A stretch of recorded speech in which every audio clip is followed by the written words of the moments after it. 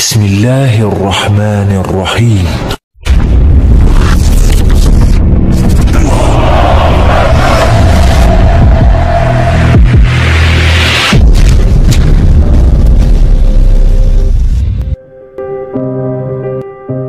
Entah apa istilahnya gitu, rohnya, spiritnya atau apa gitu ya, itu dipindahin, masukin dulu ke dalam digital realm ya, alam digital gitu ya kan. Terus nanti cari tubuh orang lain gitu yang mau kerjasama gitu, nanti dia masuk ke tubuh itu. Pokoknya edan deh Pak, ngeri dah gitu. Tapi mereka ini sekali gitu, semangat sekali mau mengarah ke situ Pak ya. Kayak Elon Musk, tahu Elon Musk ya, salah seorang orang kaya raya dunia yang dia tuh doyan banget eksperimen teknologi canggih ya kan. Dia sudah mulai ngomong kan bahwa dunia ini nggak cukup resourcesnya, sumber dayanya untuk seluruh populasi planet bumi. Maka kita harus perluas wawasan kita untuk membayangkan nanti kita bikin koloni di bulan, koloni di Mars, koloni di planet anu begitu gitu. Dan dia udah punya target tahun 2021 ini akan dikirim apa namanya pesawat-pesawat ke sana, tapi belum bawa orang, masih bawa ini apa namanya robot gitu untuk mempelajari situasi di sana. Tapi ujung-ujungnya adalah karena keyakinannya bahwa sekedar di dunia saja nggak cukup gitu ya. Jadi kalau dia berpikirnya seperti itu ya. Nah jadi ini orang-orang yang nggak ada keyakinannya pada akhirat. Dia kira dunia tuh is everything, udah segala-galanya dunia itu gitu. Dan luar biasa mereka ngerti soal dunia, sangat luar biasa ya, tentang yang zohir-zohir, yang lahir-lahir, yang material, tentang dunia tuh luar biasa Pak. Tapi kalau soal akhirat mereka nggak paham, bahkan nggak yakin, nggak mengimani gitu. Makanya seorang Rib'i bin Amir radhiyallahu an, seorang sahabat yang ditugaskan untuk bernegosiasi dengan panglima angkatan bersenjata Persia, Rustum. Dia itu ketika datang ke Rustum nanya, "Hai Arab, pesan apa yang kau bawa dari bangsamu?" Terus dia bilang, "Ibta'athanallahu linukhrijan nas min ibadatil ibad li ibadatir rabbil ibad." Kami umat Islam diutus ke muka bumi ini untuk mengeluarkan manusia dari penghambaan sesama hamba untuk hanya menghamba kepada Rabbnya hamba. Terus yang kedua kata dia, "Ibta'athanallahu linukhrijan nas min dayyiqid dunya ila si'atid dunya wal akhirah." Kami ini umat yang diutus Allah untuk mengeluarkan manusia dari sempitnya dunia menuju lapangnya dunia dan akhirat ya. Orang tuh kalau hidup cuma pahamnya dunia saja itu sempit pada dasarnya. Makanya perasaannya pingin rebutan aja gitu kan, rebutan keserakahan atas dunia ini. Tapi coba kalau kita ngerti ada akhirat dan kita imani dan kita justru berjuang keras untuk kebahagiaan di akhirat nanti, maka apa yang terjadi? Yang terjadi adalah hati kita lapang, kita luas gitu, wawasan kita luas, kita nggak sempit ya kan, nggak ngelihat orang zolim melakukan kezoliman itu merasa wah gitu ya. Benar kita harus geram, benar kita harus punya ghirah ya kan, tapi nggak perlu lah sampai membuat kita makan nggak kenyang, tidur nggak nyenyak gitu ya kan. Karena apa? Nggak bisa kita rubah, memang belum jadwalnya gitu ya kan. Nah tapi yang penting kita sadar bahwa Allah Ta'ala menyuruh kita untuk berlomba-lomba menuju akhirat, bukan menuju dunia ini. Makanya sampai Allah bilang dalam surat Ali Imran 133 apa? Bersegeralah kalian, berlombalah kalian ya untuk meraih ampunan Rabb kalian dan surga yang seluas apa? Seluas langit dan bumi, yang Allah sediakan untuk siapa? Orang-orang yang bertakwa ya. Jadi bahkan kalau antum bayangkan antum dapat rumah di surga nanti, mudah-mudahan gitu, seluas langit dan bumi ya kan, mungkin anda bingung gitu kan, bertetangganya gimana kita gitu. Tapi nggak usah khawatir karena di sana tuh semua serba tang, punya keinginan langsung hadir gitu. Orang sampai kata Nabi, seorang penghuni surga begitu ngeliat burung terbang dia bilang, "Oh saya pengen makan tuh" gitu ya kan. Tiba-tiba udah tersaji di depan dia, udah broiled gitu, udah jadi gitu ya kan. Makanya sampai ada badui-badui yang bilang, ya Rasulullah, nanti kalau aku sudah masuk surga, bolehkah aku tetap bercocok tanam? Karena aku senang bercocok tanam. Kata Nabi, nanti di surga nggak ada yang bercocok tanam gitu. Semua udah hasilnya udah jadi gitu kan.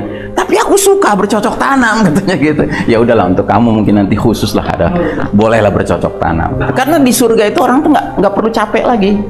Gitu, ya kan? Padahal orang ini memang hobinya bercocok tanam, dia nggak merasa capek. Kalau kita yang nggak biasa bercocok tanam, capek bercocok tanam, ya kan? Tapi orang model begitu suruh ceramah, bingung dia, diam dia. Nah, jadi saudaraku rahimakumullah, ini yang mimpin dunia nih, yang kayak gini, yang cuma ngerti dunia, ya, melalaikan akhirat. Ini yang mimpin dunia.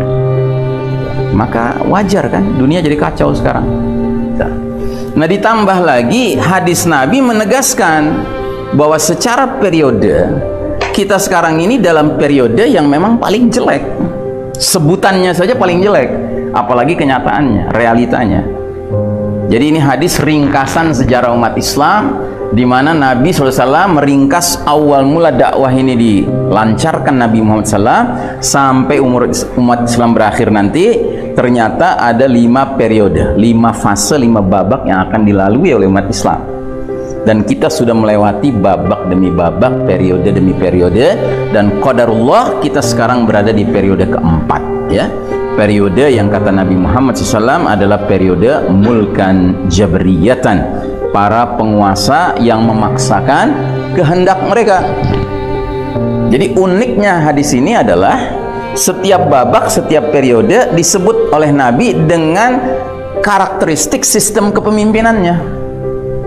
Nah, babak kita sekarang ini namanya sistem kepemimpinan mulkan jabriyatan, para penguasa yang memaksakan kehendak mereka.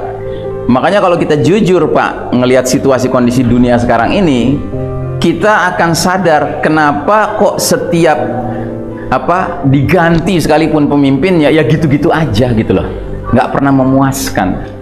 Karena Nabi sudah bilang ini era pagelaran mulkan jabriyatan, para penguasa yang memaksakan kehendak mereka.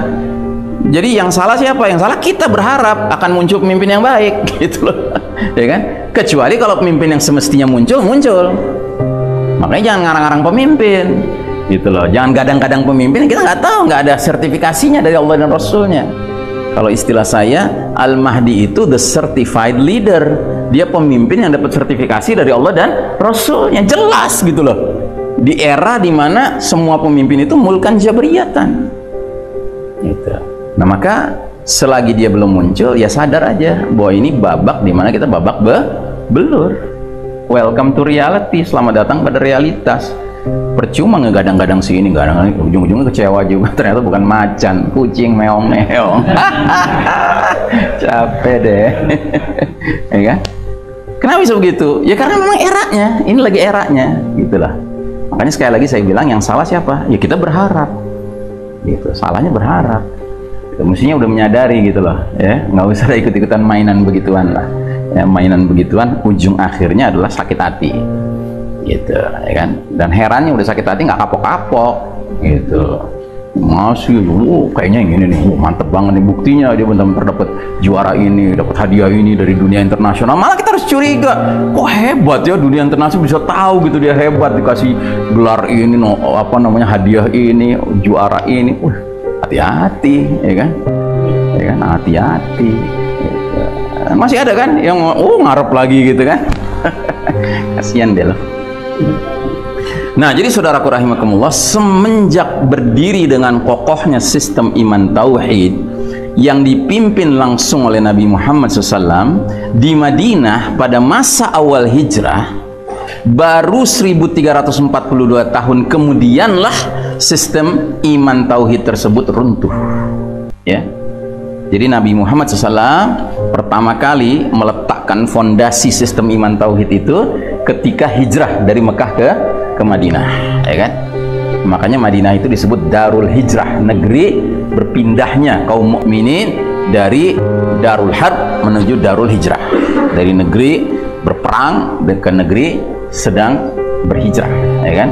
Nah, kemudian di Madinah itu Nabi dan para sahabat hari demi hari makin kokoh posisinya, ya, karena memang Allah jadikan itu Darul Hijrah. Itulah tempat di mana Nabi dan para sahabat diizinkan untuk bereksperimen, menjalankan exercise, menjalankan satu demi satu penegakan hukum Allah Subhanahu wa taala. Sehingga hanya dalam tempo 10 tahun dari kota Madinah itu, ya kan, yang asalnya disebut Madinatul Rasul, kotanya Rasul, akhirnya menjadi Madinah Al-Munawwarah. Madinah dari situ bercahaya, semua cahaya bersinar, ya. Maka 10 tahun saja jazirah Arab yang tenggelam dalam zulumatil jahiliyah berubah menjadi hidup dalam nurul Islam, dalam cahaya al-Islam. Ya, hanya dalam 10 tahun.